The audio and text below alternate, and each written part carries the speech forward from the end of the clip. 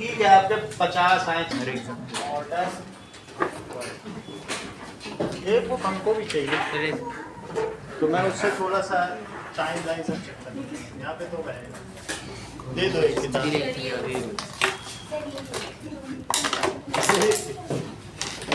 चलिए now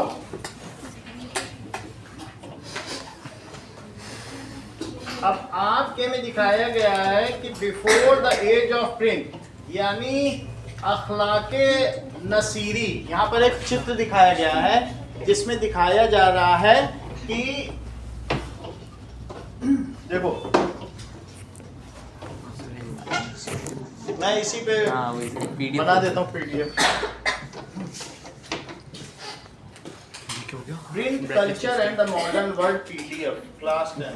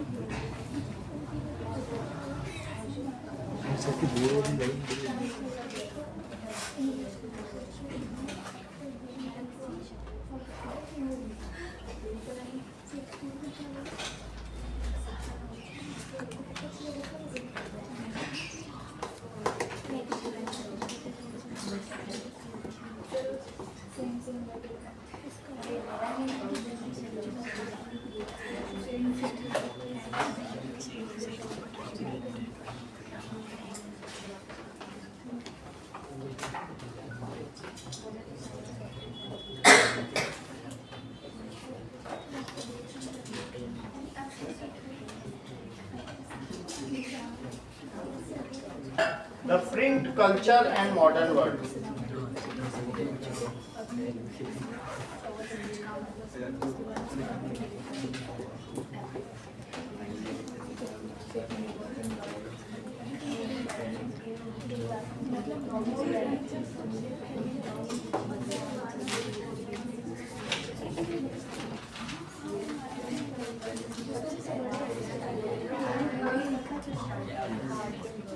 Now,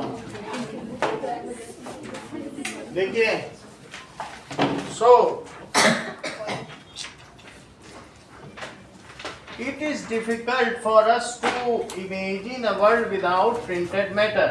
तो पहले क्या होता था, लोग चित्र बनाते थे। ये मुगल काल की बात दिखाई जा रही है, और इसमें क्या दिखाया जा रहा है कि पहले अलग अलग लिखते थे पेपर पे। पेपर तो हो गया था, पेपर चाइना में हो गया था, लेकिन प्रिंटिंग मशीन और ये सब नहीं थी। ठीक है, ब्लॉक्स नहीं बनाए जाते थे कि लेटर को छापा जा सके। इवन इंक भी चाइना में ही बनी है सबसे पहले। तो वो जो भी बनाते थे पहले, उससे बहुत पहले चले जाओ तो ताड़ पत्रों पे लिखा जाता था। ये जितने वेद लिखे गए ये सब किस पर लिखे गए हैं? ताड़ पत्रों पर। लेकिन इसके बाद यहाँ पर पेपर पे लिखना, चित्र बनाना, और उसकी ये बुक बाइंडिंग दिखाई जा रही है। इसको कहते हैं Akhlaq e Nasiri. That is book binding from the age of print from Akhlaq e Nasiri. एक पुस्तक का नाम है। So it was there, how this was done, अलग अलग चीजें दिखाई गई हैं।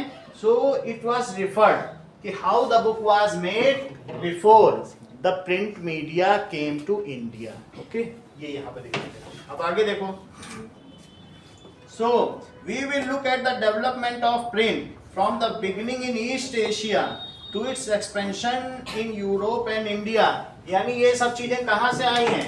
एशिया के ईस्ट से फैली हैं। ओके, सो एशिया के ईस्ट से ये फैलते हुए अल्टीमेटली कहाँ पहुंच गई? यूरोप में। तो ईस्ट एशिया कहाँ है जहां से ये पहुंची? ये देखिए, सो दिस वाज, ये this is Europe, this is Asia, और इसका ईस्ट कहाँ है बताओ? ईस्ट का मतलब इधर। तो this is east Asia. East Asia से how it came to India, how it has gone to Europe, we will see in this chapter कि how the print culture, that is silk बनाना, ये भी China ने सिखाया। Pottery, ये भी China ने वर्ल्ड को दी। और तीसरी चीज है प्रिंट मीडिया। ये तीन चीज चाइनीज की। So how this technology spread.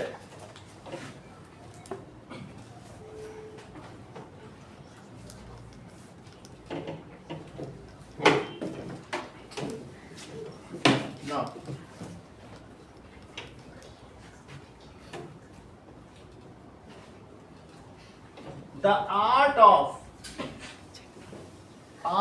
Of writing, सबसे पहले कैलीग्राफी चलती थी, और जो बड़े बड़े अच्छे अच्छे लिखने वाले थे वो मुगल राजाओं के समय में हाईली पेड लोग थे, और जो चित्र बना पाते थे, जैसे आप लोग देखेंगे अकबरनामा बाबरनामा लिखा जाता था ना, तो उसको बहुत अच्छे से डेकोरेट किया जाता था, उसमें कलर भरे जाते थे, और नेचुरल पत्तियों के फूलों के रंगों से कलर बनाए जाते थे पेस्ट कर करके, और फिर उसी में पानी में भिगा कर उसको कलर किया जाता था।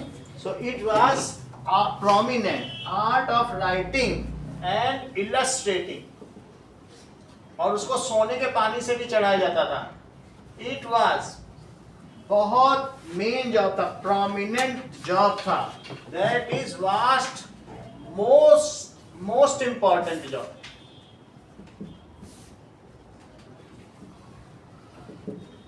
Before print media came, before age of print, age of print, print के आने से पहले ये था, the earliest technology was a system of hand printing and it was developed in China, Japan and Korea.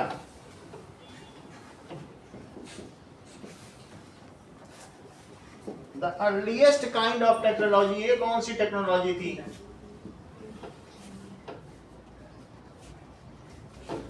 Was hand printing, which was developed,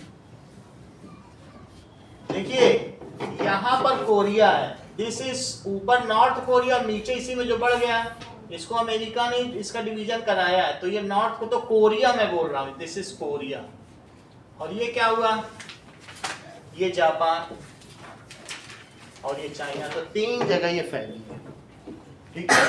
so which was developed in Korea, China, Korea and Japan.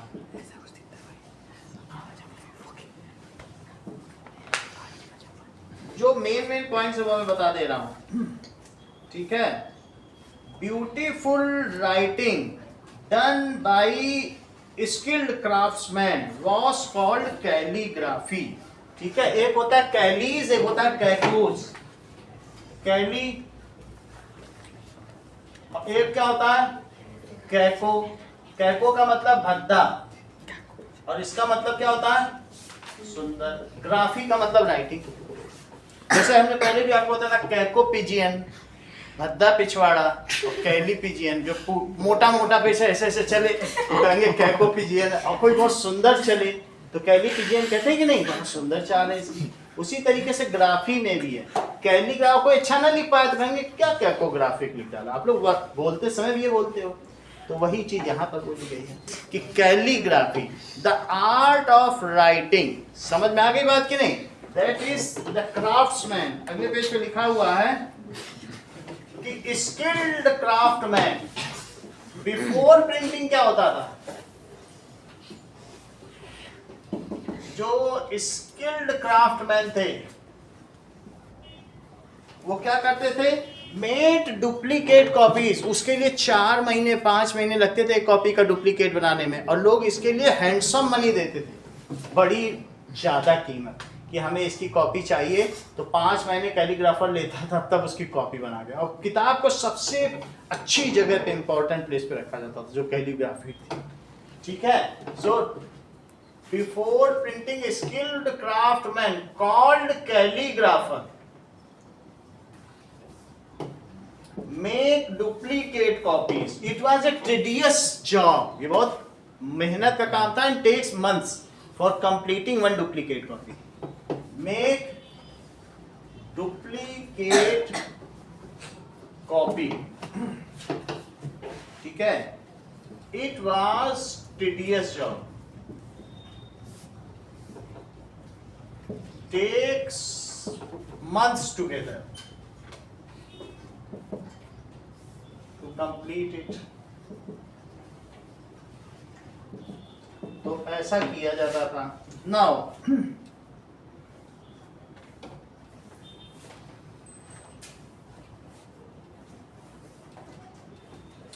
China has started this at large level.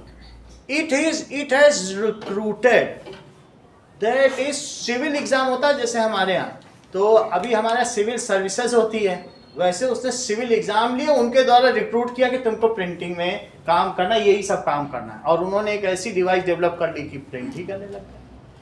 तो China में सबसे पहले इसे बड़े स्तर पर किया गया, इस चीज को लिखो। तो that is the imperial state of China. कौन थी राजशाही उस समय? इंपीरियल चाइना की बात कर रहा हूं, ठीक है। That is oriental countries. Oriental हम सभी को कहा जाता है, दीज आर वेस्टर्न कंट्रीज, और इन सबको क्या कहा जाता है? ये कौन सी कंट्री है?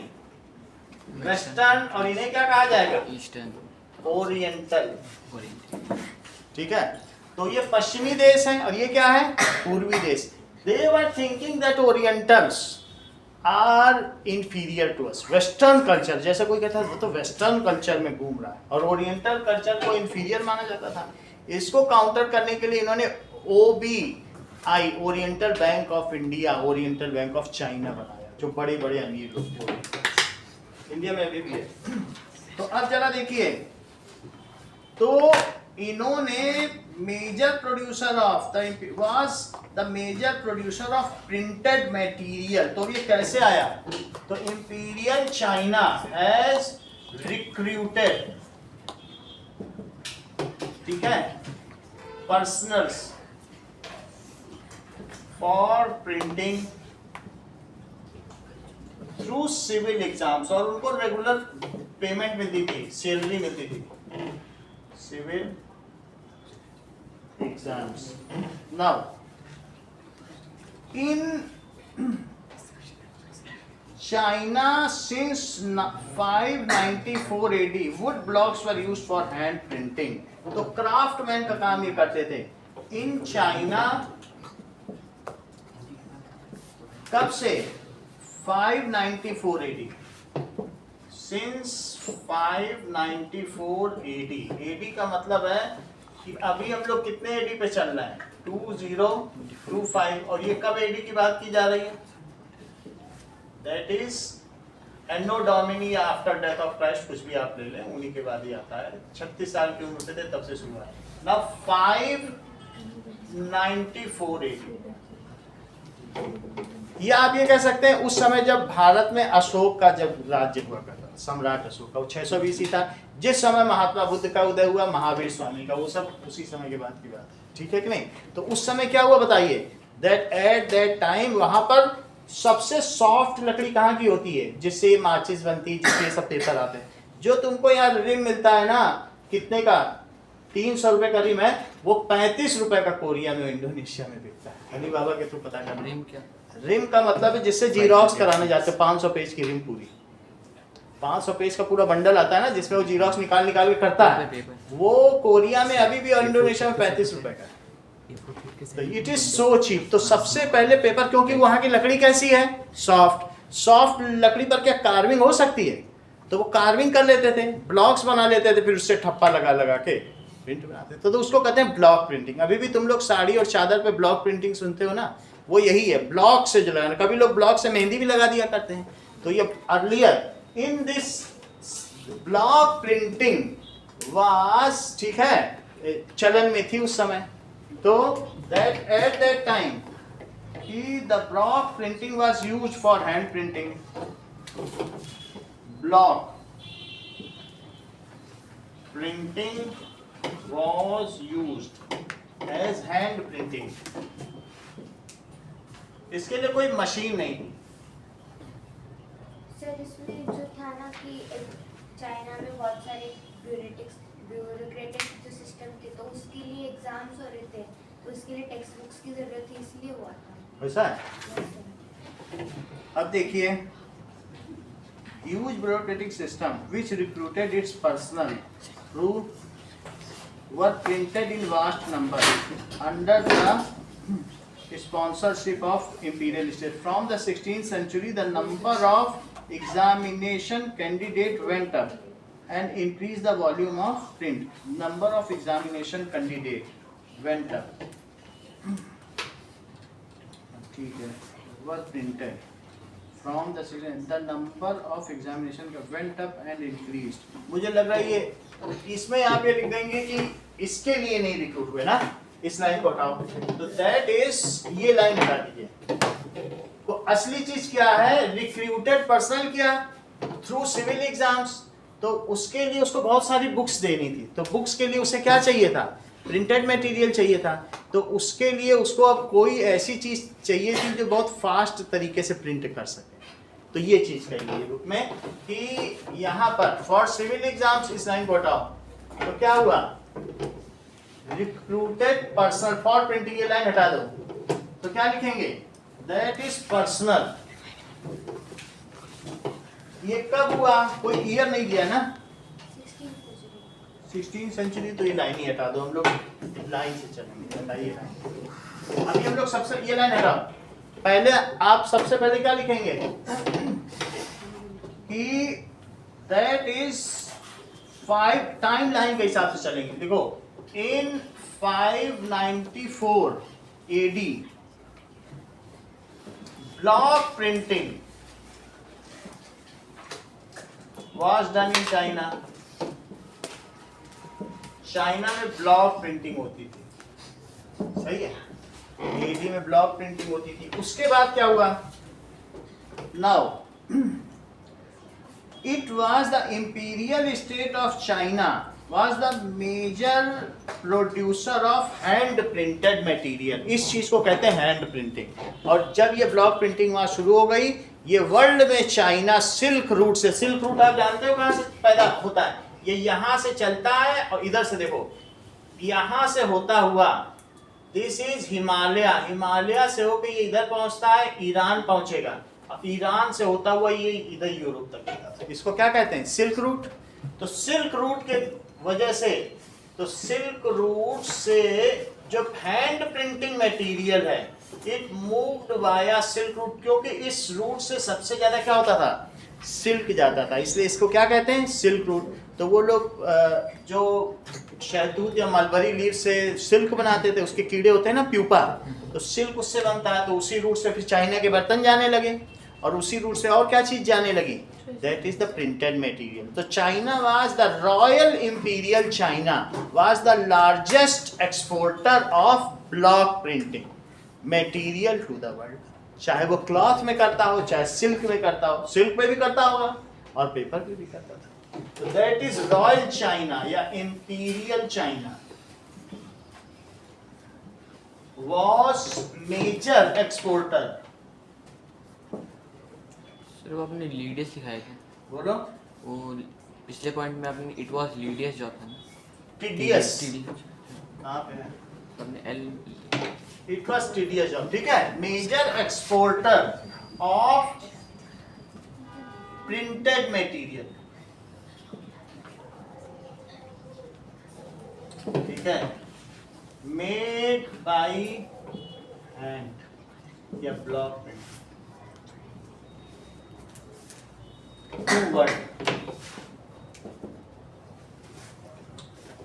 तो जब किसी चीज की डिमांड बढ़ती है तो वो चीज मैकेनाइज हो जाती है, तो इसीलिए वो अब मशीन की जरूरत पड़ने लगी। जब वर्ल्ड में डिमांड बढ़ेगी इस चीज की, तो उसकी डिमांड बढ़ने के साथ साथ उसके इनोवेशंस भी होंगे, नए नए इन्वेंशंस होंगे।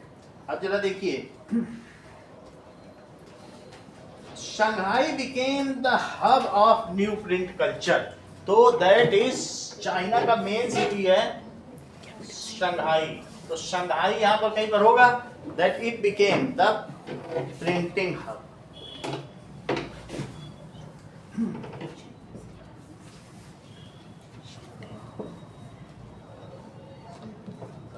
बीजिंग तो वहाँ की राजधानी है ना, चाइना की राजधानी कौन, बीजिंग है, लेकिन शंघाई एक टाइम पे नेक्स्ट बेस्ट सिटी माना जा सकता है।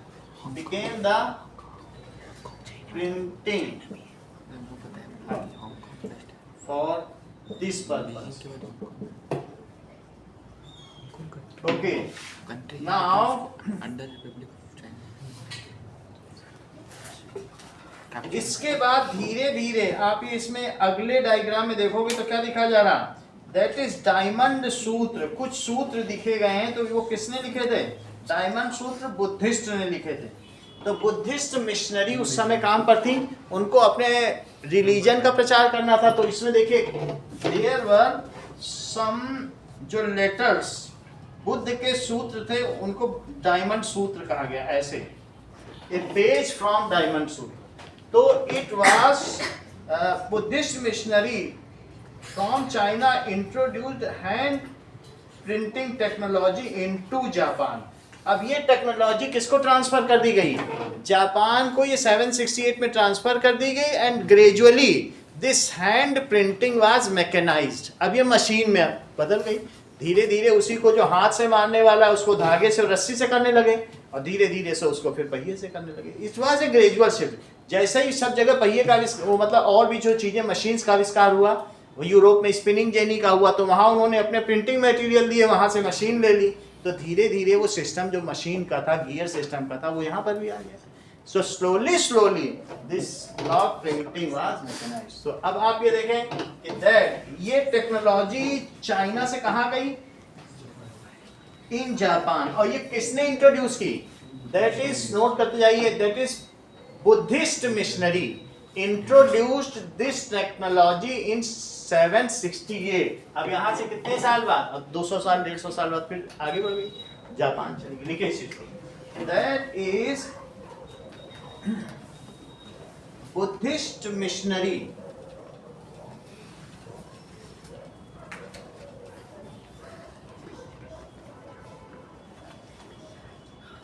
सब। यहां देखिए, जो सम्राट अशोक को हम जानते हैं, जिसने अपने 100 भाइयों को मारा था राज्य करने के लिए, उसने अपने 100 भाइयों की हत्या कर दी। हाँ, तो उसने क्या किया, ये उड़ीसा या उत्कल, इसको कहते हैं ना उत्कल प्रदेश, उसमें उसने कलिंग के युद्ध में वो उसने हरा दिया, कलिंग को भी हरा दिया था। लेकिन कलिंग में वहां के औरतों ने भी लड़ाई लड़ी, बच्चों ने, उन्होंने कहा हम अपना कलिंग नहीं देंगे। और कलिंग में जब बच्चों और औरतों को उसने मरा हुआ देखा तो उसका दिल टूट गया। उसके बाद उसने अपना विजय अभियान छोड़ दिया और उसने फिर अंत में कहा धम्मम शरणम गच्छामि बुद्धम शरणम गच्छामि। वहां वो चला गया सारनाथ। कहाँ चला गया? सारनाथ में उसने बुद्धिज्म ले लिया। अब बुद्धिज्म, क्योंकि उस समय नया नया बुद्धिज्म था तो ये सब बहुत ज्यादा चल रहा था। अब इसने इनकी शरण ही नहीं ली। उसने कहा मैं तो इतना बड़ा ये दिग्विजय राजा हूं। उसने कहा मैं इस बुद्ध को बढ़ाऊंगा। उसने जावा, सुमात्रा, बोर्नियो, मलेशिया, और मालदीव्स न जाने कहाँ कहाँ और फार जापान तक सब जगह उसने बढ़ाया और चाइना में भी बहुत आगे तक गया। तो ये बुद्धिज्म बढ़ाया किसने? ये और किसी का बढ़ाया हुआ नहीं है। इवन जो आप देखेंगे कि बाहमियान के अफगानिस्तान में बड़े बड़े वो मिलते नहीं मूर्तियां, जिसको अभी इसने तालिबान ने इन्होंने तोड़ी है, वो सब इसी की बनाई हुई है। बड़े बड़े स्कल्पचर बनाए गए। तो जब चाइना में इसका प्रचार हुआ तो चाइना से बुद्धिज्म मिशनरी अब कहाँ गई बताइए? बाद में सम्राट तो चला गया, सम्राट तो 600 साल में चला गया। उसके फिर उतने जो और भी आगे के बेटे थे वो उतने ज़्यादा इफेक्टिव नहीं थे, लेकिन बुद्धिज्म वहाँ रह गया चाइना में। अब उन बुद्धिस्ट मिशनरी ने अभी से जापान में कैसे भेजा बताइए? Through printing media. बोधि धर्म नहीं लिया गया है? बोधि धर्म तो यही है। और जो आगे आने वाले थे उन्हें बोधिसत्व कहा गया।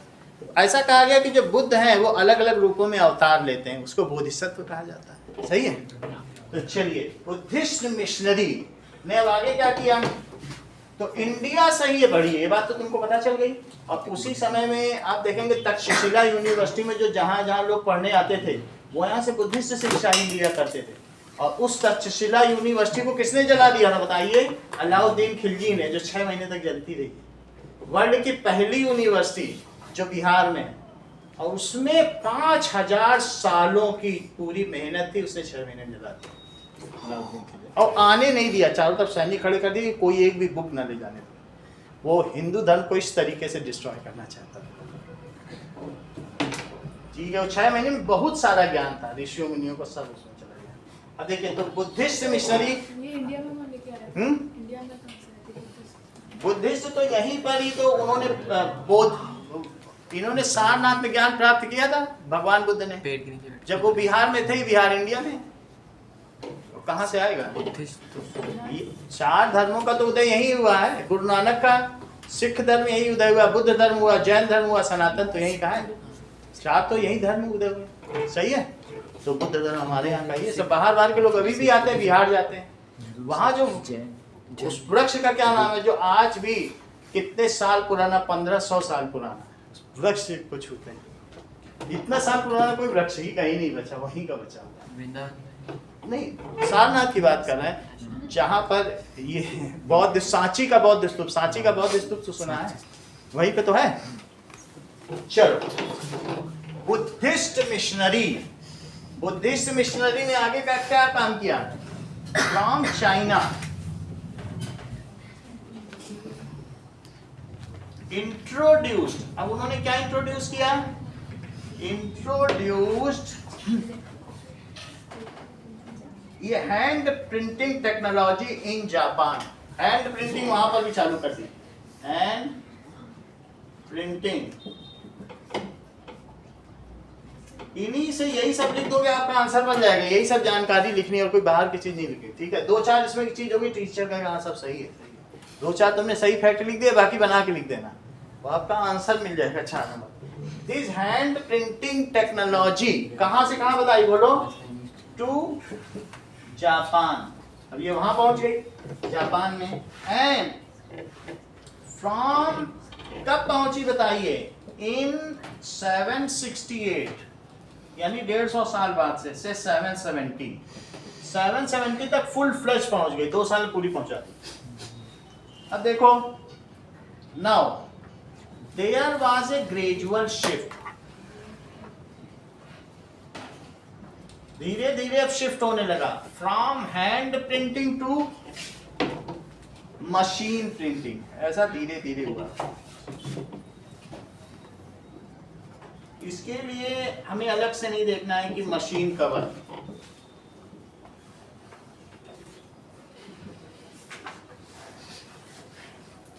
मशीन प्रिंटिंग होगा। अभी जापान, अभी तक ये यूरोप नहीं पहुंचा है, अभी सिर्फ वो कहां पहुंच पाया? जापान। चाइना से जापान पहुंचा, यूरोप और इन सब जगह सिर्फ मटेरियल पहुंच रहा है। The oldest Japanese book in AD 868 is the Buddhist diamond सूत्र, जो ब्लॉक प्रिंटिंग से करी गई है। देखो ये कौन सा है? बुद्धिस्ट डायमंड सूत्र। द ओल्डेस्ट, ये सबसे पहली किताब है जो ब्लॉक प्रिंटिंग से आई है। Oldest Japanese book printed in, ये म्यूजियम में रखी हुई है। Japanese book that is Buddhist diamond सूत्र वाज वाइडली नोन फॉर, यही है, प्रिंटेड एक म्यूजियम में रखी हुई है। AD 868 में was printed in 868 AD में इसकी प्रिंटिंग हो गई। अब देखो,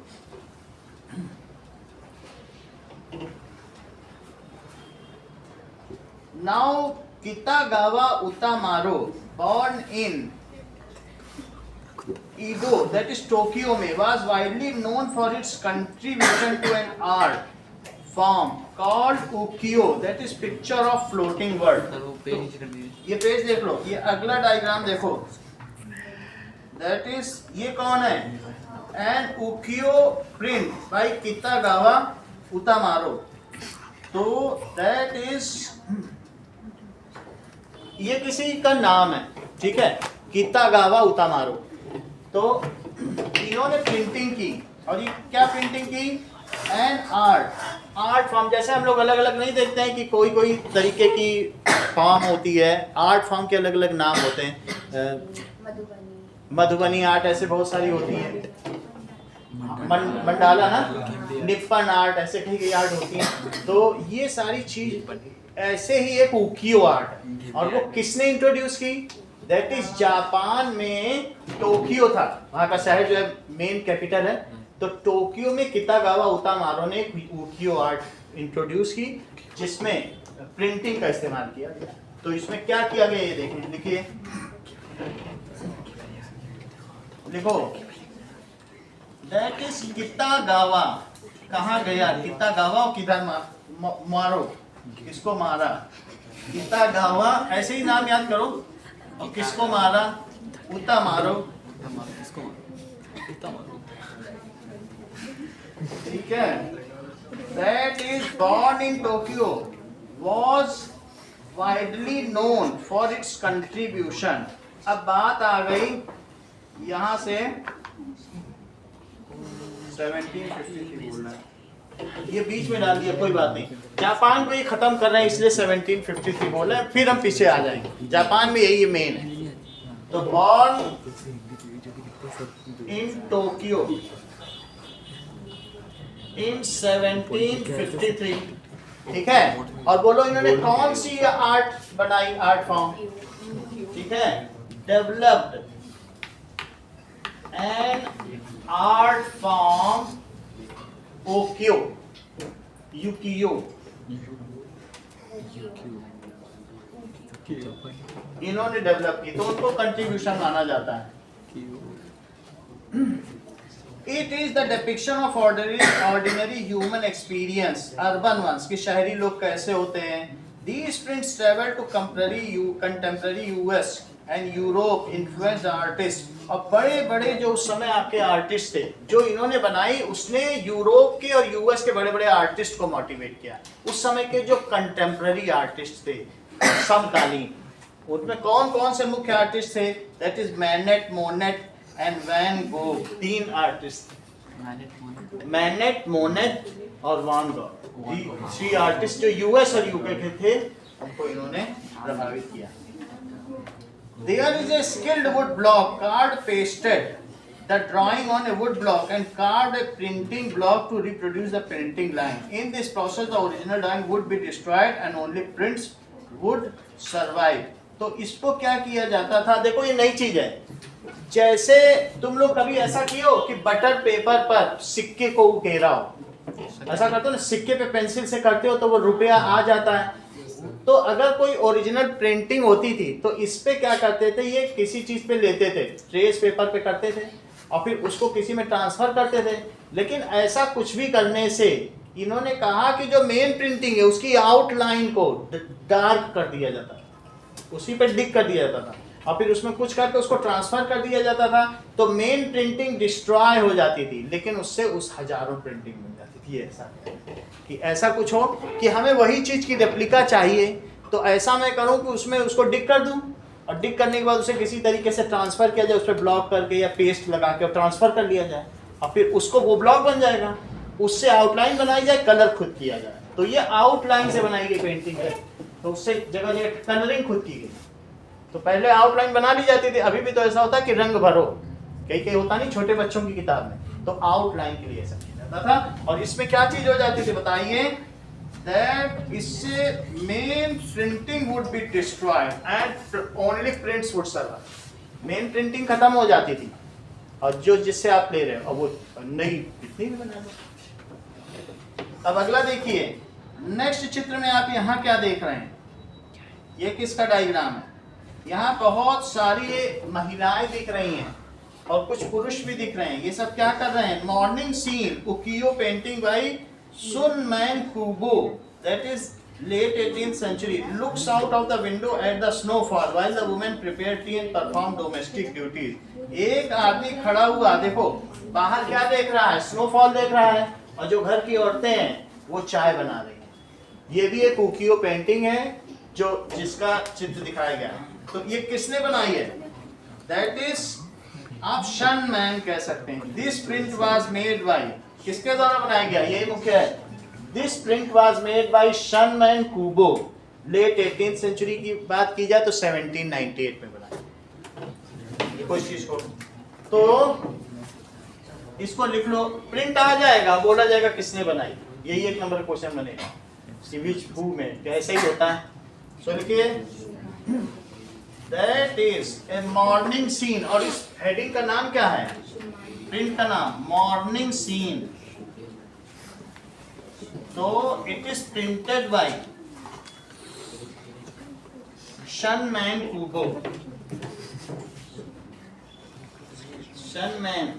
और गीता गावा उतामारो ने कौन सी बनाई, that is a urban lady, उसने अर्बन लेडी की जो पिछली पेंटिंग बनाई थी, और किसने बनाई, शन मैन कुबो। चलिए आगे देखते हैं। इस चीज को कहा जाएगा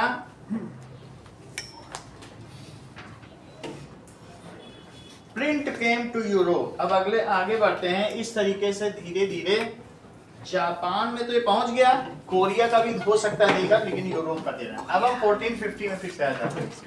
तो इनका बस यही था, इट वाज 1753 और ये लेट 18th सेंचुरी की है, यानी 1790 ले सकते हो। In late 18th century, in late 18th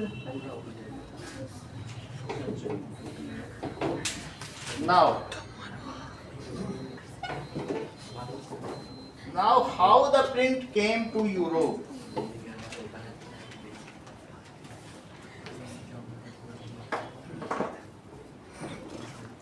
शुरू में पार्चमेंट पेपर यूज होता था। पार्चमेंट पेपर तुम लोग जानते हो, ये पेपर एनिमल स्किन से बनता था।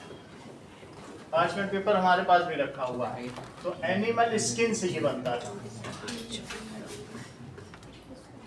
जैसे आज ये फिल्टर पेपर आप लोग देखते हो ना, ऐसे ही पार्चमेंट पेपर ये ज्यादा स्ट्रांग होता है। कैसे दिखता है?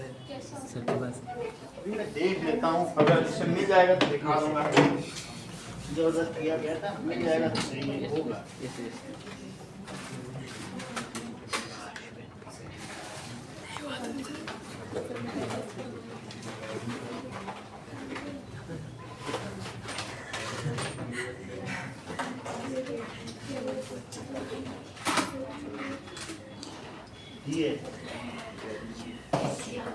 ये पार्चमेंट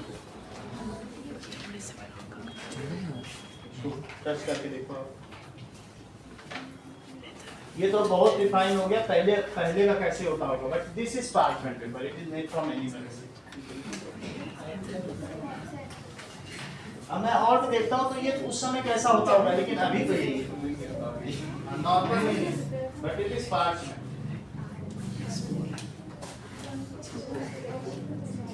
अलग शायद स्मेल भी होती हो, बट स्मेल एनिमल टाइप ही है। समझ में आ गई बात? साइंस में अभी जब आप लोग 11th 12th में जाओगे तो ये पार्चमेंट पेपर प्रैक्टिकल के लिए यूज होता था, तो 11th 12th वालों को करते थे प्रैक्टिकल। अब तो फट जाएगा, हाँ? फट जाएगा, पड़ेगा, फट भी सकता है, बट यही है। है। तो सबसे पहला पेपर जो आया वो किससे बना बताओ? It was made from animal skin and it was called as parchment paper. अब अगले पेज पे चलेंगे।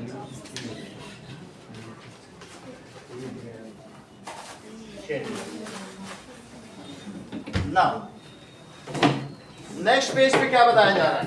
लेट अस सी कि how it went to Europe.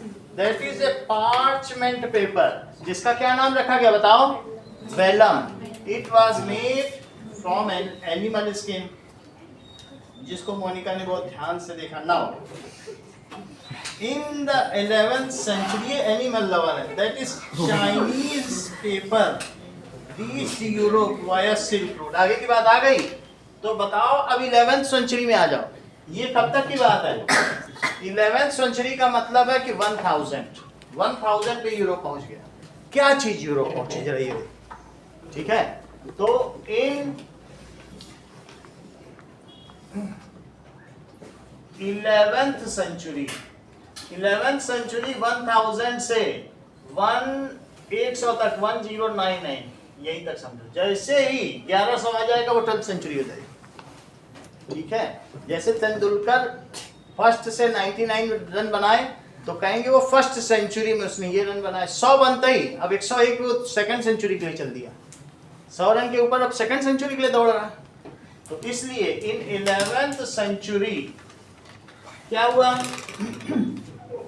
आखिरी दिन तक रहती है। सो इन 11th सेंचुरी चाइनीज पेपर, जिसको वेलम कहा गया, वो कहां से कहां पहुंच गया बताओ? Reached Europe. चाइनीज पेपर का क्या नाम है वहां देखो? Chinese paper vellum, that is also called as parchment paper, reached Europe. कहां से पहुंचा बताओ? किस रूट से? Via silk route, silk route से पेपर पहुंचा दिया। पहले ब्लॉक प्रिंटिंग थी लेकिन वो कपड़ों पे होती थी, अब बाद में वो किस पे होने लगी, अब पेपर पे भी होने लगी। नाउ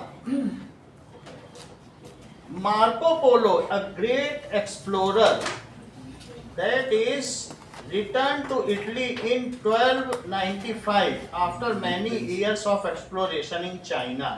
मार्को पोलो जैसे ये हम लोग जानते हैं ना, वेन सांग और ये कई चीनी आती थे जो भारत आते थे, उन्होंने सम्राट अशोक के बारे में लिखा है कि यहाँ दोनों तरफ छायादार वृक्ष थे, सुंदर गलियां थी, जल की निकासी का साधन, वो बहुत अच्छा लिखा है सम्राट अशोक के बारे में। तो उस समय ऐसे ही और भी एक्सप्लोरर घूमा करते थे, वो तो चीनी आती था Hiuen Tsang, Marco Polo Italy का था और वो पूरी दुनिया में रहता था, उसने अपने पूरे जीवन का आधा जीवन चाइना में बिता दिया और आके यूरोप में बता रहे वहां तो बड़ा अच्छा चाइना प्रिंटिंग कल्चर है। सो मार्को पोलो के बारे में समझिए, मार्को पोलो जो एक्सप्लोरर था, रिटर्न टू इटली,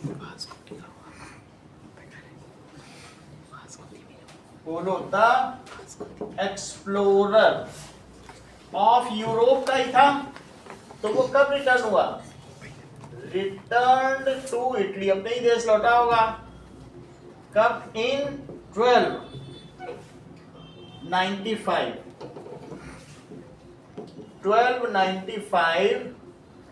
ठीक है, living many years in China, explore किया उसने चाइना को, तो वो क्या कुछ लिखता है, मैनी ईयर्स इन चाइना। अब देखिए, तो इसके बाद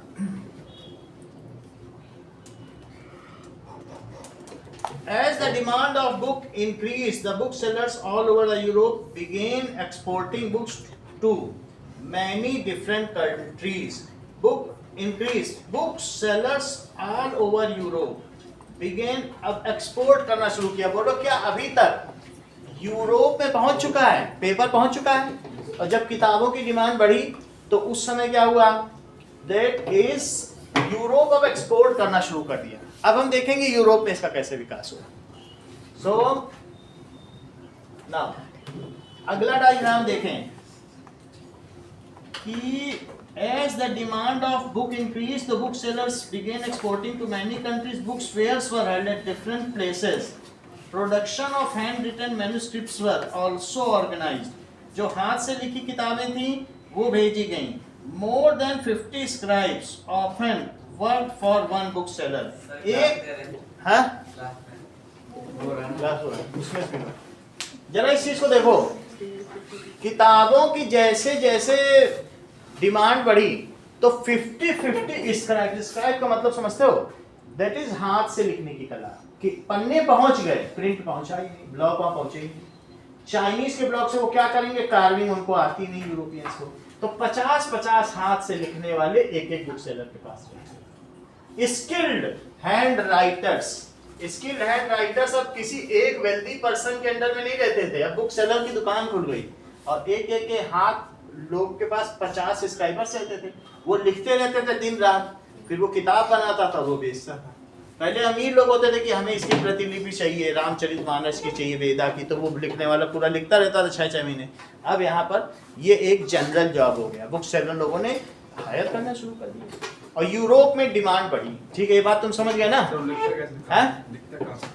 अच्छे कैलीग्राफर को रख लेता था, कोई एक बहुत किसी फेमस किसी राइटर की बुक होती होगी और सभी उसे चाहते हैं, तो हायर करके रखता था, तो वो सस्ता पड़ता था क्योंकि वो कईयों को एक साथ अपनी दुकान में रख रहा है, वो चीपर पड़ेगा, और एक आदमी कोई किसी के लिए लिखे तो ज़्यादा महंगा पड़ेगा। समझ में आ गई बात कि नहीं? ऐसा हो गया, ये बिजनेस बन गया। सो रिपोर्ट पेपर तो उनको मिल गया ना, अब पत्तों पे नहीं लिखा जा रहा है। So as demand of books in Europe rise, Europe में अब किताबों की मांग बढ़ने लगी। So shops of book seller open, ठीक है, क्या होने लगा बताओ?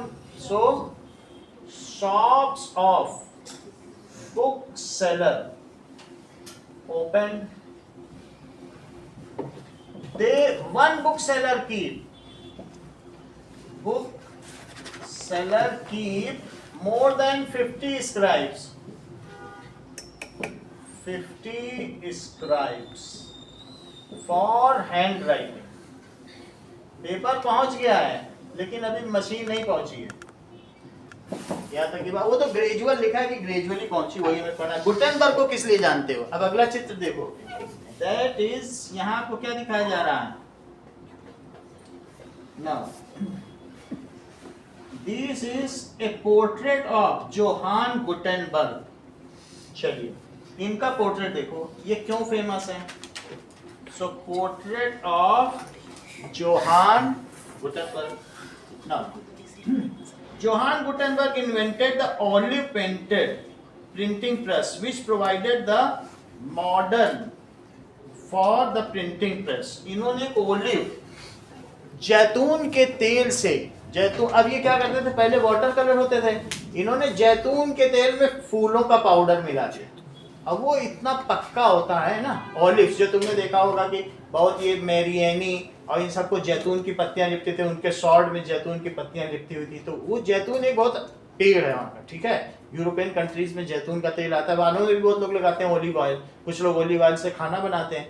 उसमें अगर कलर का पाउडर डाल दिया जाए, उससे प्रिंटिंग की जाए तो वो काफी स्टेबल रहती है, कई सालों तक रहती है। तो इन्होंने जो गुटेनबर्ग ने क्या किया, ओलिव प्रिंटिंग प्रेस बनाई और उसमें कैसे कैसे क्या करना है वो आगे का रोल मॉडल यहाँ लिखा। तो लिखो इस चीज को कि क्या किया इन्होंने।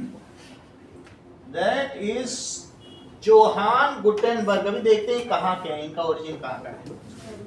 जर्मनी का है। Johann Gutenberg of Germany had now invented the olive printing press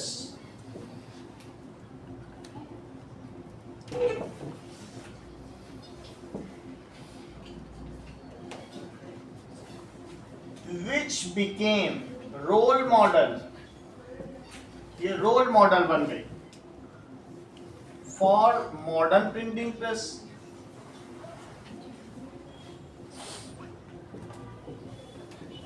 Now, the first book printed by Johann was the Bible. Metal types were invented by him, which came to be known as movable type printing machine. पहले ऐसा होता था, तुम लोगों ने ऐसा देखा जिसमें इनक्रेव्ड लेटर होते थे। हैंड टाइप राइटर भी तो देखा, उसमें लेटर रेज्ड होते हैं, वो जब ठक से मारते हैं तो वो चीज छप जाती है। रेज्ड लेटर तो होते हैं ना कई चीजें, तो उसको मेटल टाइप राइटर कहते हैं। तो मेटल के ब्लॉक्स को सबको अरेंज कर दिया जाता है और फिर उसके बाद उसको लॉक करके और उसको किसी में क्या करते हैं, प्रिंट कर देते हैं। अलग अलग लेटर हो, बस एक साथ आप असेंबल कर दो और सिक्योर करके उसको इंक में लगा के लगाते जाओ, वही चीज तो है। तो इन्होंने ये काम किया। सबसे पहली किताब इन्होंने कौन सी बनाई? That is Gutenberg printing press का चित्र देखिए, ये गुटेनबर्ग की प्रिंटिंग प्रेस है। तो वो क्या करते थे, मेटल टाइप राइटर है और हाथ से मशीन को एक एक पेज बनाने के लिए उसे रोटेट करते थे। तो उसका क्या होता था, हैंडल से जब प्लेटन होता था, प्लेटन के नीचे पेपर, प्रिंटिंग ब्लॉक है, ये प्रिंटिंग ब्लॉक होगा, वो पेपर पे छप जाएगा, कंप्रेस कर देगा। सही है, ये इनकी प्रिंटिंग प्रेस। ये आगे इसका मॉडल बनी। तो the first book printed by Johann was Bible.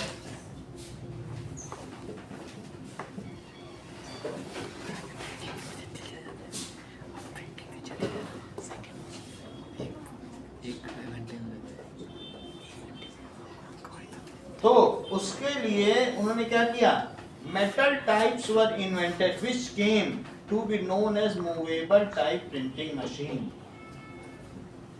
Metal types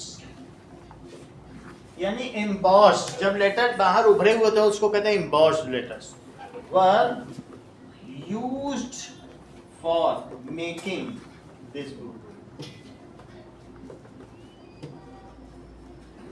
अब देखिए,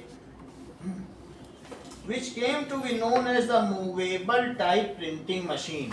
ये ऐसी मशीन थी कि ऊपर से ये रोटेट करते थे और रोटेट करने के बाद उसमें छप जाता था।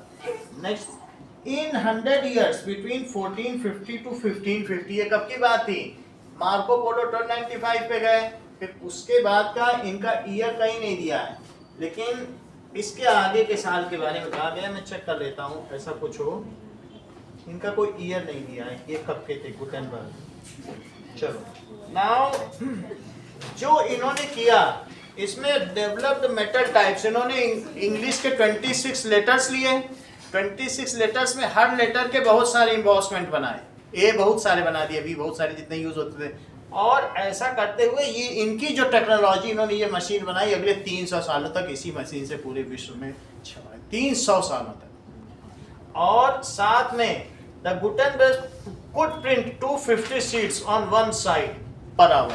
इनकी ये मशीन 1 घंटे में 250 पेपर छाप सकती। कोई बड़ी चीज रही होगी, इस पर टेक्नोलॉजी तो पता नहीं चली, लेकिन कोई काम हुआ होगा। सो दिस टेक्नोलॉजी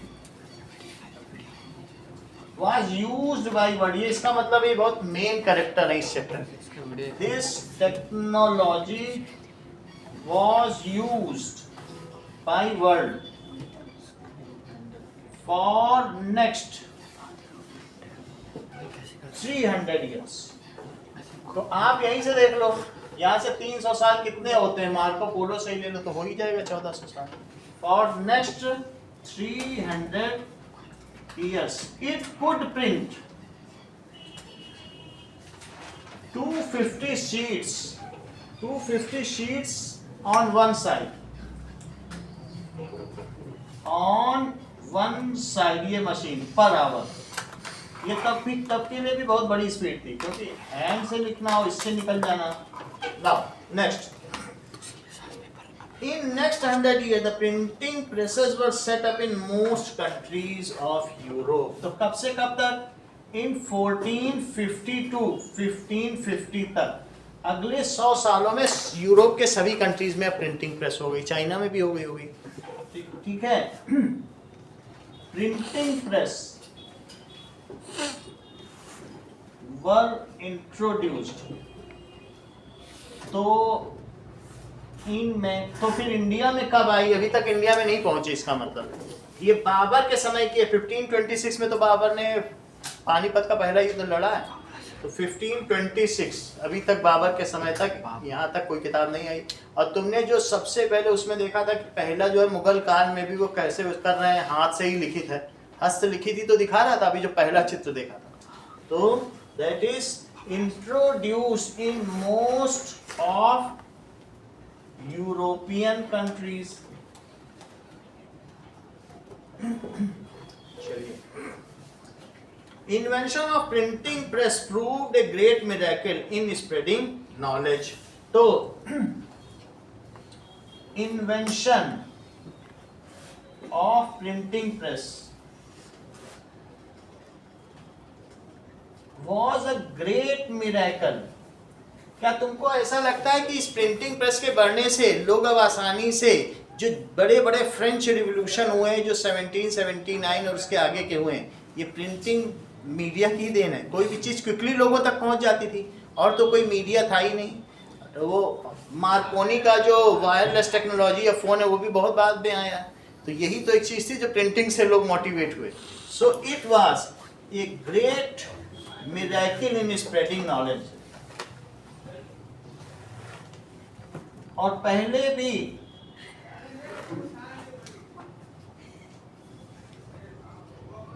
जो इंडिया में दिया जाता था ज्ञान, वो किसके द्वारा दिया जाता था बताइए? श्रुतियों के द्वारा। श्रुतियों के द्वारा, सही है। दैट इज ताड़पत्रों पे चीज लिखी, क्या वो शिष्यों को दे दी जाएगी पढ़ने के लिए? पूरी वेद वो सुना देते थे ऋषि, अब वो पूरी वेद शिष्य लर्न कर लेते थे, और ये कई सालों तक चला। इसी वजह से जो बहुत सारी चीजें नष्ट कर दी अलाउद्दीन खिलजी ने, वो उनके शिष्यों ने लिख डाली फिर से। तो ये श्रुतियों का ही तो ज्ञान था जो लोगों में था, नहीं तो अगर वो मिट जाता तो मिट ही जाता। सो हाउ इट रिमेन, उसके बाद भी हम कैसे उसे रिट्रीव कर लेके गए? बिकॉज इट वाज जो हियरिंग से दिया जाए। श्रुति का मतलब सुनना। तो इंडिया में भी दिया नहीं। ताड़पत्र तो पत्ते तो ऐसे ही 2-4 बच्चे हैंडल करेंगे तो टूट जाएगा। तो इसलिए वो सारा जो लिखा हुआ वेद व्यास की लिखी हुई महाभारत भी वो वैसी की वैसी है, बस जिसने पहली बार पढ़ ली फिर सुना सुना के ही होता था। तो आगे देखिए, अब देखो now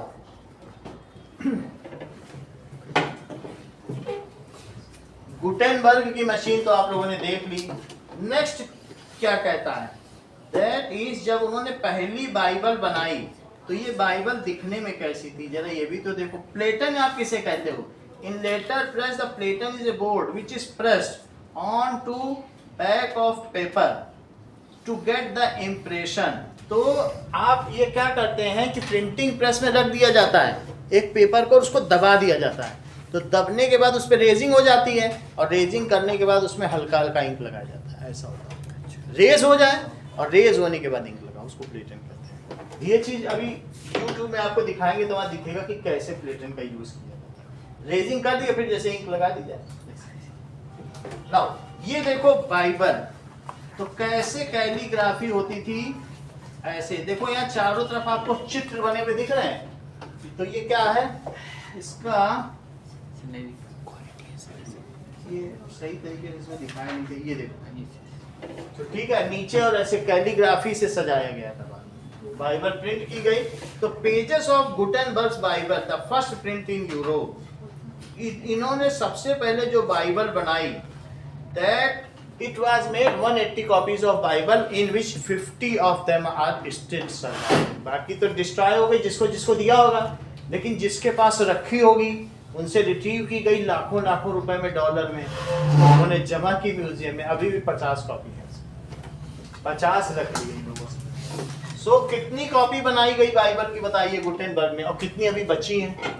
so he made 180 copies, 50 of them is still surviving. उसी एक का पन्ना ये दिखाएंगे।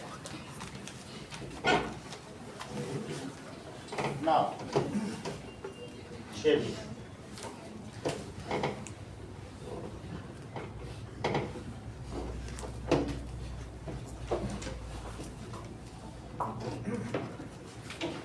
गुटेनबर्ग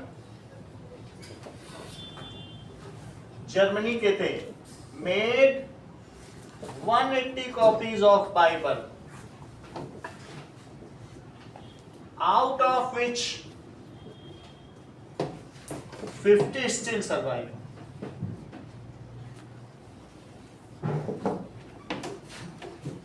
Now आगे देखो।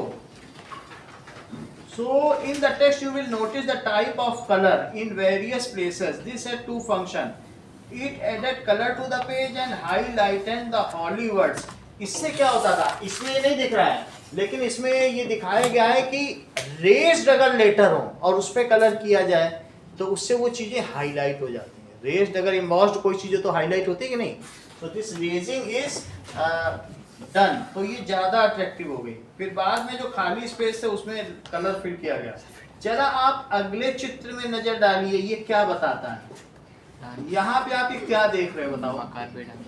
एक तरीके से ये ब्लॉक अलग अलग तरीके से प्रिंटिंग टेक्नोलॉजी का ही काम हो रहा है। डिफरेंट वर्क्स, कहीं पर बाइंडिंग हो रही है, कहीं पर प्रिंट हो रहा है, कहीं पर ब्लॉक्स बने उससे इतने पेपर निकल गए हैं। तो अलग अलग लोग अलग अलग जगह काम कर रहे हैं और ये प्रिंटिंग प्रेस है। Different workers are doing different jobs.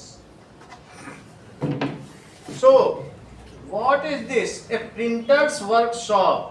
ये धीरे धीरे डेवलप हो गई and it has taken the now form of workshop. सो आगे की बात करते हैं।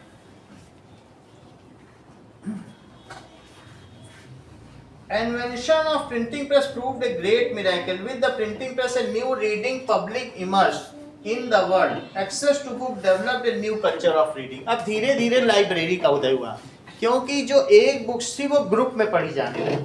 अभी जो बुक थी वो एक एक के लिए नहीं थी, एक पढ़ता था तो 100 सुनते थे, क्योंकि बुक उतनी नहीं थी। तो इससे एक नया कल्चर ऑफ रीडिंग डेवलप हुआ, कम्युनिटी डेवलप हुई और लोगों में अवेकनिंग। एक पढ़ेगा तो ये बोला जाता था कि शाम को बुक पढ़ी जाएगी उस पेड़ के नीचे, तो वहां जब पढ़ी जाएगी तो सब इकट्ठे हो जाएंगे कि वहां बुक पढ़ी जाएगी या बाइबल पढ़ी जाएगी। तो अब तो असली है, ऐसे तो कोई कुछ भी बोल दे, बाइबल थी ही नहीं किसी के लिए, सिर्फ एक ही बाइबल थी। लेकिन वही बाइबल जो कभी बनी हुई थी अब वो पढ़ी जा सकती थी। तुम सोचो कि किस ईयर की बात की जा रही है, जब जीसस रहे होंगे तब तो बाइबल थी, और अब 1500 सालों के बाद लोगों को पढ़ने को मिली। उससे अवेकनिंग बोली गई, अरे ये जो रिलीजियस लीडर कह रहे हैं वो तो झूठ बोल रहे हैं, हम लोग का एक्सप्लॉइटेशन हो रहा है बाइबल के नाम पे, लिखा तो कुछ और है। और सुनाया कुछ और जा रहा है। रोमन कैथोलिक उस समय उनका वहीं ढह गए वो कि ये सारी गलत चीजें, बाइबल में कुछ और लिखा है, अगर वो किसी को मिल जाए गुटेनबर्ग सबको दे दें तो क्या असली चीज लोगों को नहीं पता चल जाएगी। तो ये 0 AD पर तो जीसस क्राइस्ट चले गए, लेकिन आप देखिए 1450 में लोगों को बाइबल मिली। तब तक जिसका जो मन किया, जिस पोप ने जितना किया, सारे रोमन अंपायर उन्होंने इसके नाम पे लोगों का बहुत एक्सप्लॉयटेशन किया। और फिर इसके बाद धीरे धीरे वो बोलते थे ये राजा लुई है, यही अथॉरिटी है। ये सब कहाँ से आया? जो हम लोग कहते थे 3 टाइप्स के स्टेट्स होते हैं, तो क्लर्जी इसीलिए तो डोमिनेट थे क्योंकि वो अपने हिसाब से जो बाइबल बोल देते थे बस वही बाइबल है, जबकि वो बाइबल थी ही नहीं। और बात समझ आई कि नहीं? और असली चीज आई तो सारे फिर उस समय रिवॉल्यूशन हुए, रिवॉल्व हो गई चीजें, 180 डिग्री रिवॉल्व हो गई, तो रिवॉल्यूशन।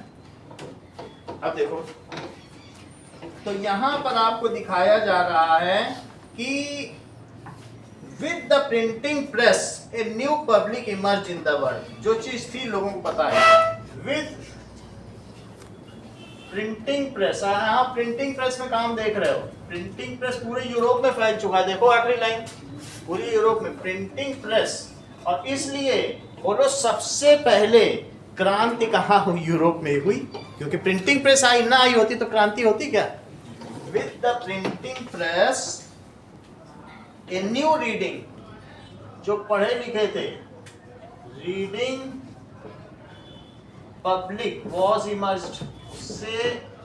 और बिल्कुल वैसे ही हुआ जैसे मैं बता रहा हूँ, एक पढ़ता था तो 100 सुनते थे और फिर उस पर डिस्कस करते थे। तो डिस्कस में तो सब कुछ हो जाएगा, अकेले वाले में तो कुछ नहीं होता था। एक ने लिखी एक ने पढ़ी तो वो किसी को देगा क्या?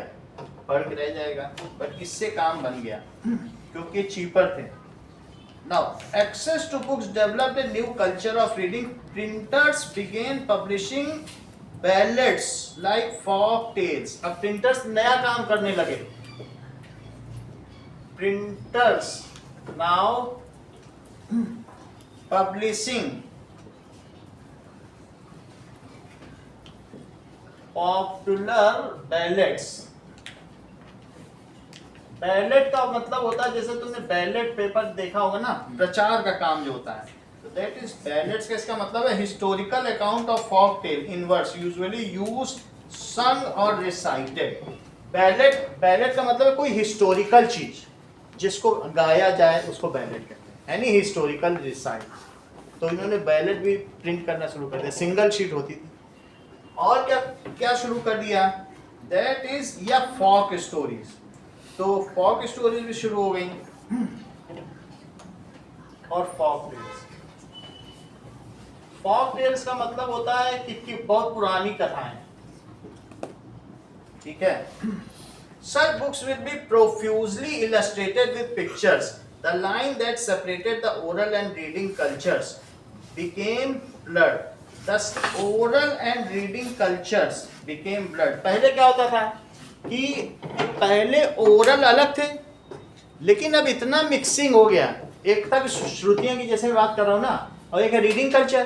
तो अब धीरे धीरे लाइन खत्म हो गई, रीडिंग कल्चर लोगों में डेवलप हो गया और ओरल कल्चर धीरे धीरे समाप्त हो गया, दोनों मिल गए। समझ में आई? ओरल का मतलब इसी से पढ़ के सुनाया जाने लग गया। पहले सिर्फ ओरल चलता था, वो खत्म होता गया, ये बढ़ता गया। अल्टीमेटली दे हैव कहीं ना कहीं मिल गए होंगे। So now they were blended, किताबें थी उसी को सुनाया जाने लगा। आगे क्या हुआ? Now the printing began, printers began publishing ballads and print developed the possibility of wide circulation of ideas and introduced a new world of debate and discussion. देखो यही बात हो गई, धीरे धीरे the print culture introduced a culture of discussion and debate. अब library बनना शुरू हो गई, जहां किताबें एक हैं पढ़ने वाले 4 हैं, तो क्या होगा? Now print culture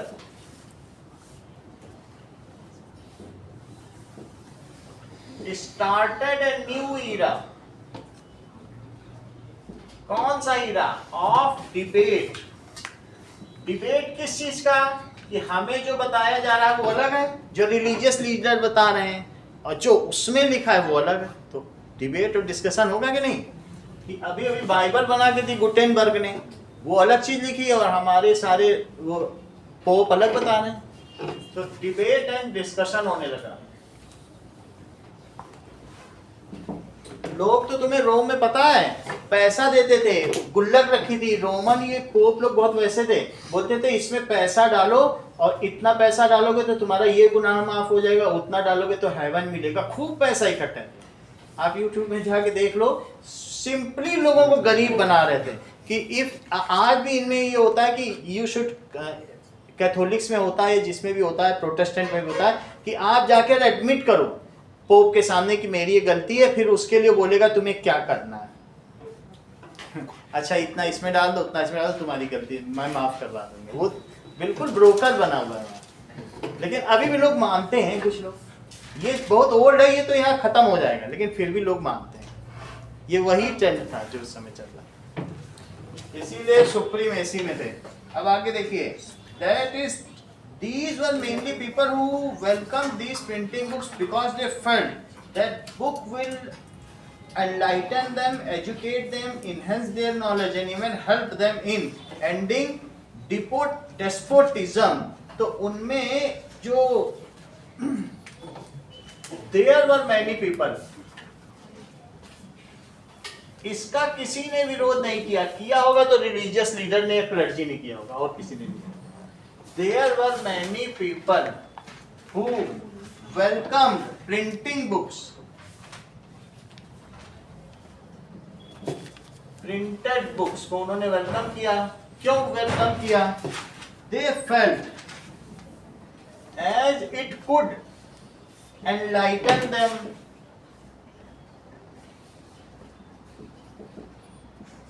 educate them, और ठीक है, एंड हेल्प देम। वो निराशा में जी रहे थे, उनका उस समय बड़ा, डेस्पोटिज्म का क्या मतलब होता है? निराशावाद। And it could help them to end despotism, उनकी निराशा का यह अंत कर सकता, यही उन्होंने सोचा किताब ही कर सकती। ठीक है, enhance their knowledge, enhance their knowledge and end their despotism।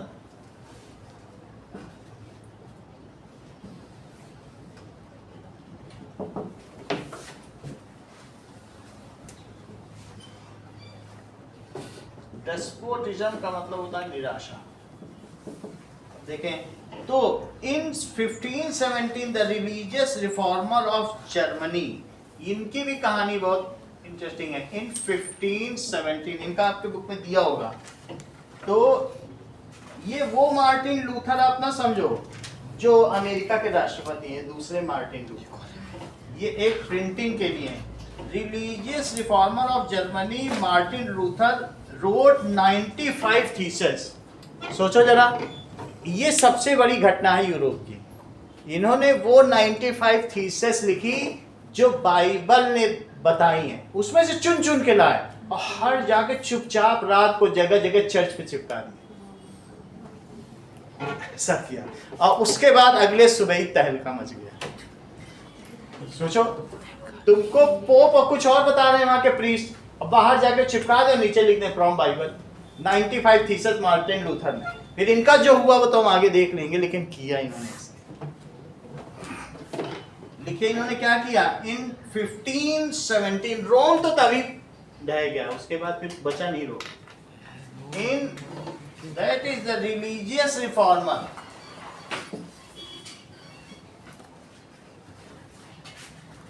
सबसे पहले यूरोप में धार्मिक क्रांति हुई, रिफॉर्मर ऑफ जर्मनी।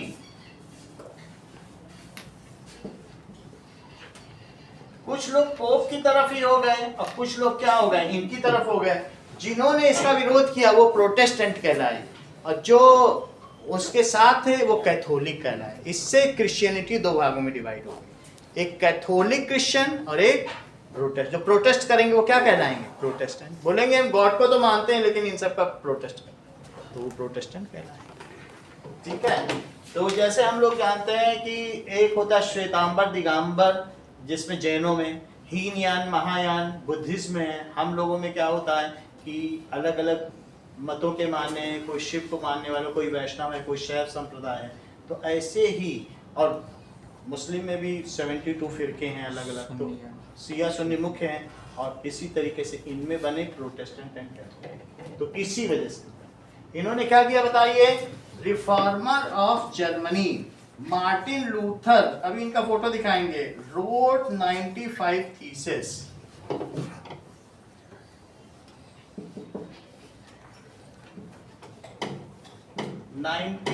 थीसिस कहां से एक्सट्रैक्ट किए गए, फ्रॉम बाइबल। 95 थीसिस इन्होंने लिखे, जो खुद भी लिखा होगा। 95 criticising many of the practices, कि ये चर्च वाले कौन होते हैं आपका गुनाह माफ करने वाले, क्या पैसा दे के गुनाह माफ किया जा सकता है, तो अमीर तो इस समय हमेशा माफी पा लेंगे। Criticising many of the practices,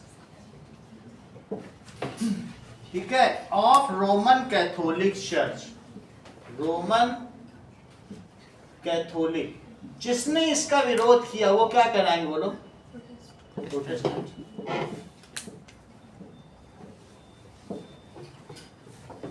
Now, print and popular religious literature stimulated various distinctive individual. अब आगे देखिए सर, एक पॉइंट और भी तो है ना कि जब प्रिंटिंग वेलकम किया जा रहा था तो लोगों में डर का था ना कि वो गलत ना प्रिंट हो जाए। अब देखो इसमें आएगा तो बता देंगे। अब एक अगला डायग्राम देखो, ये क्या बता रहा है, the print revolution and its impact. तो that is new public reading develop हो गई। अब इसके बाद ये क्या है, देखिए, the religious debate and fear of print. ये बात कही जा रही, जैसा ये बता रहे हैं अंकुर राज, कि फियर ऑफ प्रिंट का क्या मतलब है, कि that is print culture created the possibility of wide circulation है डिबेट, और even those who disagree with established authority could now print and circulate their ideas. कुछ लोग अथॉरिटी का सपोर्ट कर रहे थे, अगर आप विरोध में भी प्रिंट कर सकते हो। कुछ ऐसे पेपर होते हैं जो सरकार के समर्थन में, और जो डिसएग्री करेंगे हम वो भी प्रिंट कर सकते हैं। दुश्मन भी तो प्रिंट कर सकता है ना, अगर दोस्त कर सकता है तो those who disagree, those who want revolt also can print. सो ये प्रिंटिंग मीडिया दोनों को इनेबल करता था। Through the printing message they could persuade people to think differently. No, not everyone welcomed, those who did also had fears, many were apprehensive of the, किसी को डर था, that easier access to the print world से क्या होगा, could have the people's mind। और इसके अलावा अगर किताबें लोगों के पास आसानी से पहुंच जाएंगी, ये कहा गया कि किताबें किसको दी जाए किसको ना दी जाए इस पर कंट्रोल रखो, और अगर लोग आसानी से किताब पा लेंगे तो क्या होगा, ये उनका माइंड चेंज कर देगी। और ये भी डर था कि लोग गलत चीज भी छाप सकते हैं, और उसको कोई रेगुलेट नहीं करेगा तो फिर गलत आइडिया सर्कुलेट हो जाएगा, क्योंकि इट इजीली लोगों का माइंड चेंज कर रही थी।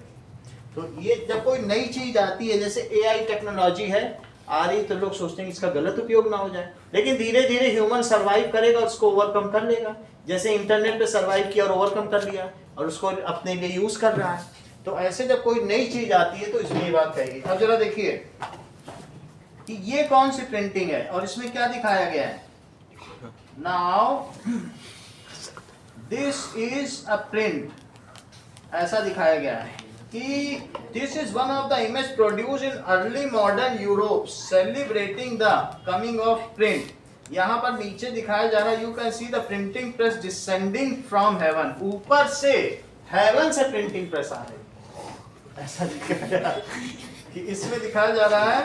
and carried by a goddess, देवी ला रही हैं, on two sides of goddess blessing of machines, और उनके पास मशीन की ब्लेसिंग है, ये देखिए। और are Minerva and the goddess of freedom and Mercury the messenger of god. एक तरफ मिनर्वा बुद्धि की देवी खड़ी है, जैसे हमारे सरस्वती होती हैं, तो एक तरफ मिनर्वा खड़ी है, प्रिंटिंग प्रेस की देवी है बीच में, और ठीक है, and on other side mercury, that is mercury क्या होता है, वो प्रकाश की ज्ञान की देवी होती है। तो ज्ञान की देवी है, बुद्धि की देवी, दोनों खड़ी है, बीच में प्रिंटिंग प्रेस की देवी, और वो ऊपर से उतर रहे। नीचे क्या है, नीचे दिखाया जा रहा है 6 Pioneer printers of different holding plates तो अलग अलग तुम देखो फोटो दिखाई गई है, लोग अब फोटो नहीं है, तुम देख रहे हो लोगों के हाथ में यहाँ पोर्ट्रेट है गोल गोल, 6 पायनियर्स हैं। वो जो तुम्हारी बुक पे दिखा होगा ये पोर्ट्रेट है, मैं छोटा करके दिखा दे रहा हूँ तो इसमें अब तुम्हें पता चल जाएगा। इनके हाथ में पोर्ट्रेट्स दिख रहे हैं, तो ये लोग फोटो लिए हुए हैं नीचे देवी देवता की। ये बहुत महान लोग जिन्होंने, जैसे मैंने इनका नाम गुटेनबर्ग और ऐसे इटली के हैं और भी जो होंगे, इसमें भी गुटेनबर्ग, इसमें भी गुटेनबर्ग होगा ही, सर्कल। सर्कल बनाए गुटेनबर्ग है। तो ये 6 महान लोग हैं और ऊपर से नई प्रिंटिंग प्रेस उतारी। नाउ इससे पता चलता है in the middle ground of the left figure is the portrait of Gutenberg. जिसको सर्कल किया गया है वो कौन है? तो इसमें लिखा गया है कि इनमें एक गुटेनबर्ग भी है। ये देखो इन द मिडल जो सर्कल किया गया है वो कौन है? गुटेनबर्ग। अब आगे भी देखिए। नाउ सो लोगों में एप्रीहेंशन भी था, तो print and popular religious literature stimulated various distinctive individual interpretation of faith even among little educated working people. Various distinctive interpretation of faith. अब faith को वो नहीं माना जाने लगा जो चर्च से बताया जाता था, जो लिखा था उसको मानने वाले अलग थे, उसको इंटरप्रेट करने वाले अलग थे और समझने वाले अलग थे। तो लोगों में वेरियस आइडियाज और वेरियस ब्रांचेस बने। अब लोग समूह में नहीं जीते थे, भीड़ चाल नहीं चलते थे कि एक जिधर चल गया तो हम भी चलेंगे। लोगों के अपने अपने आइडियाज थे, लोग अलग अलग ग्रुप बनाने लग गए। देखिए इस चीज को। ये बहुत अच्छा सेंटेंस है। Print and popular religious literature. Print का उतना महत्व नहीं था और उस समय बड़े बड़े राइटर भी नहीं थे। देखो राइटर तब पैदा होते हैं, आपको क्या लगता है ये शेक्सपियर क्यों पैदा हुए होंगे? अगर उनको पढ़ने वाले होंगे तो पैदा हुए होंगे। जैसे जैसे प्रिंट कल्चर बढ़ा तो लोग सोचते हैं हम भी इस फील्ड में जाएं, कुछ लिखें जो हमारे अंदर है। तो उसको वो लिखते थे और लोगों तक जब पहुंचता था तो वो उनको मोटिवेट करेगा। आप कुछ लिखें और लोग पढ़ने लग जाए, लोगों तक पहुंच जाए, तो उससे नए नए नहीं तो otherwise at that time there was religious matter only. तो मैं क्या लिखने जा रहा हूँ? Print and religious matters stimulated the idea. लोगों में इसने उद्दीपक का कार्य किया। जैसे आप कोई चीज देखें और उससे स्टिमुलेशन आ जाए, आप में रसगुल्ला देखें और खाने का मन कर जाए, that is something you see and something with in your senses they arrive to get it. उसको ग्रैब करने के लिए, उसी को तो स्टिमुलेशन कहते हैं। स्टिमुली से स्टिमुलेशन होता है। तो that is print and religious matter stimulated new ideas among people. लिखिए इस चीज को। And popular religious literature. Popular कौन सा रहा होगा उस समय? बाइबल रही होगी, ठीक है। और या फिर मोसेस की लिखी हुई। जीव्स का कौन सा था? उनके प्रॉफिट कौन थे? मोसेस। और जो क्रिश्चियंस थे उनके प्रॉफिट कौन थे? That is Jesus.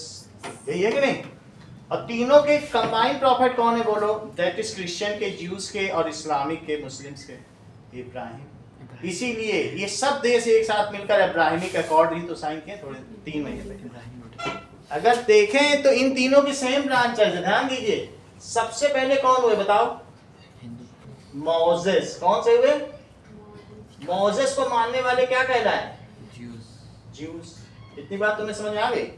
ज्यूज क्या करते हैं?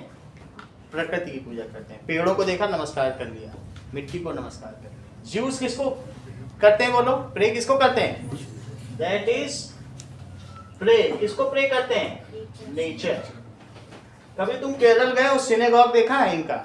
हॉल में कुछ नहीं रहता, बस खिड़कियां रहती हैं, वो खिड़कियों में अंदर देख कैसे हाथ जोड़ते हैं सिनेगॉग, बस वो नेचर की पूजा करते हैं। अच्छा, ज्यूज में एक कौन निकल आया बताइए? Jesus Christ. बोले मैं भगवान का पुत्र हूँ। बोले तुम कैसे भगवान के बेटे? हम तो नेचर को पूछते हैं। और इन्होंने कहा नहीं, मैं श्रेष्ठ हूँ और मैं आप में खास हूँ। तो वहाँ के रिलीजियस लीडर को पसंद आएगा? नहीं पसंद आएगा। तो इनमें कौन आया बोलो? Jesus Christ. तो जीसस क्राइस्ट को मानने वाले क्या कहलाए? क्रिश्चियन। तो क्रिश्चियन।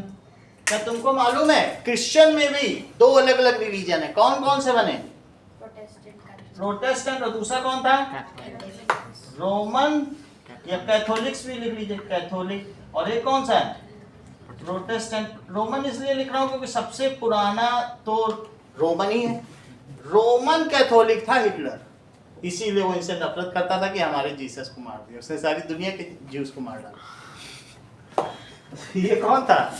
रोमन। ये हिटलर कौन था बताओ? रोमन बिल्कुल फेथ रखता था हर पुजारी पे, प्रीस्ट पर। उसने कहा बोलो हमारे जीसस को क्रूसीफाई कर दिया, अब मैं एक भी ज्यूस को नहीं छोड़ूंगा।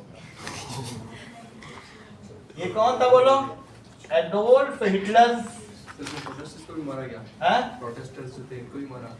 प्रोटेस्टेंट तो उसके क्रिश्चियन को क्यों मारेगा? उन्होंने प्रोटेस्टेंट को नहीं मारा, इनको मारा कि जिसने मेरे ज्यूस को मारा उसको मैं मारूंगा। बोलो बात समझ आ गई? इसके बाद आगे चले, ये निकल गए, इनमें से आधे अलग हो गए। अब जो बचे, अब इन्हीं में आए प्रॉफेट मोहम्मद। कौन आ गए? प्रॉफेट कौन आ गए बताइए? मोहम्मद। उन्होंने कहा इनके पहले 1024 प्रॉफिट आए। ये सब अब्राहम इनसे पहले आए थे। इनसे पहले कौन आया था? अब्राहिम। अब्राहिम में से ही सब आए। फिर उनमें एक मूसा अलग हो गए, वो मूसा अलग हो गए थे, उन्होंने कहा नेचर को मानेंगे, वो अलग हो गए। ठीक है, सब अब्राहिमिक है। अब्राहिम इनका सबसे पहला प्रॉफिट, पहला पैगंबर, जो पैगाम लेके आए वो पैगंबर।